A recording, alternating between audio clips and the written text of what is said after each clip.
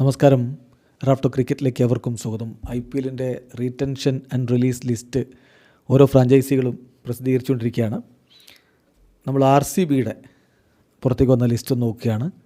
അവർ retain ചെയ്തിരിക്കുന്നത് രജത് പട്ടീദാർ, അതുപോലെ Virat Kohli, Devdutt Padikkal, Phil Salt, Jitesh Sharma, Krunal Pandya, Swapnil Singh, Tim David, Romario Shepherd, Jacob Bethell, Josh Hazlewood, Yash Dayal, Bhuvneshwar Kumar, Nuwan Thushara, Rasikh Salam, Abhinandan Singh, Suyash Sharma എന്നിവരെയാണ്.